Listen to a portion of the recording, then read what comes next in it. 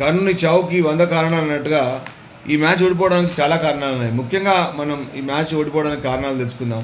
అలాగే గెలవాలంటే ఏం చేయాలో కూడా ఒక 3 నిమిషాల్లో తెలుసుకుందాం మనం. ఈ ఓటమి కారణాలు ఏంటంటే భయం. మనకెప్పుడు ఇండియన్ టీంకి భయం భయం భయం. చిన్న స్కోర్ను కూడా టార్గెట్ని చూస్తే భయం. ఎవరు ఆడాలో తెలియదు, ఎవరు ముందు రావాలో తెలియదు. అది ముందు ఆడాల్సిన ప్లేయర్ శుభ్మన్ గిల్ నిన్ననే తను పూర్తి ఒక పేలవమైన ఆటతోటి మొదటి ఇన్నింగ్స్లో కార్డ్ బిహైండ్ అయ్యాడు. రెండో ఇన్నింగ్స్లో ఎలిబిడబుల్ అయ్యాడు. ఆట మీద ఏకాగ్రత తప్పిపోయింది.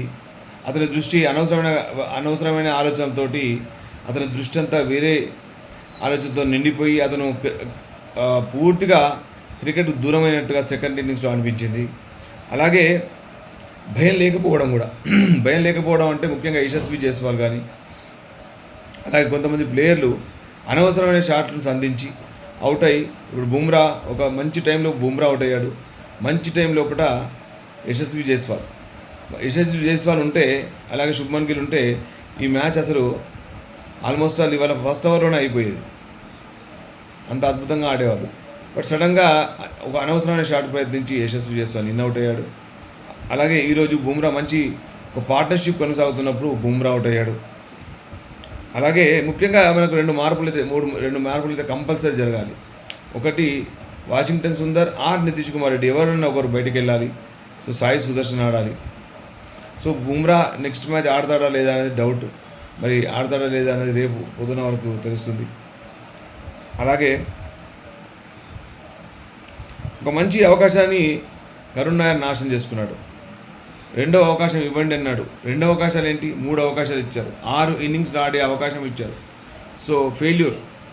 అతను 1-2-40 ఒక 40 పరుగులు చేశాడు. మిగతా సంథింగ్ 20 అరౌండ్. ఈ మ్యాచ్ అయితే కంప్లీట్గా 14 రన్స్.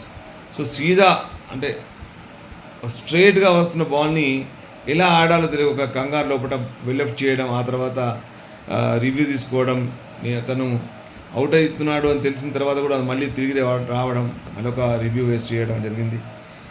అలాగే ఒక మంచి అవకాశాన్ని అయితే నాశనం చేసుకున్నాడు కరుణ్ నాయర్. అలాగే మన మూలిగే నక్క మీద తాటకాయ పడ్డట్టు ఈ మంచిగా కొనసాగుతున్న ఈ మ్యాచ్ లోపల మనకు అసలే 4 వికెట్లు పడ్డాయి, బాధలు ఉంటాం. తెల్లారి వచ్చిన పంత్కి అతను గాయంతో ఒక చేత్తో బ్యాట్ పట్టి ఆడడం చూసాం మనం. అది కూడా ఎంతకాలం ఆడలేదు, తొందరగానే అవుట్ అయినాడు. అలాగే ఈ మ్యాచ్ లోపల వచ్చే మ్యాచ్ లోపల కుల్దీప్ యాదవ్ని ఆడించాలని నేను అనుకుంటున్నాను. ఎందుకంటే ఖచ్చితంగా ఇప్పుడు షోయబ్ బషీర్ ఒక నార్మల్ బౌలర్, అతనే ఆడుతున్నప్పుడు అద్భుతమైన బౌలర్, ఒక మ్యాచ్లో ప్రతి మ్యాచ్లో వికెట్ తీసే కీలకమైన బౌలర్ను మనం కుల్దీప్ని పక్కబెట్టడం తప్పు.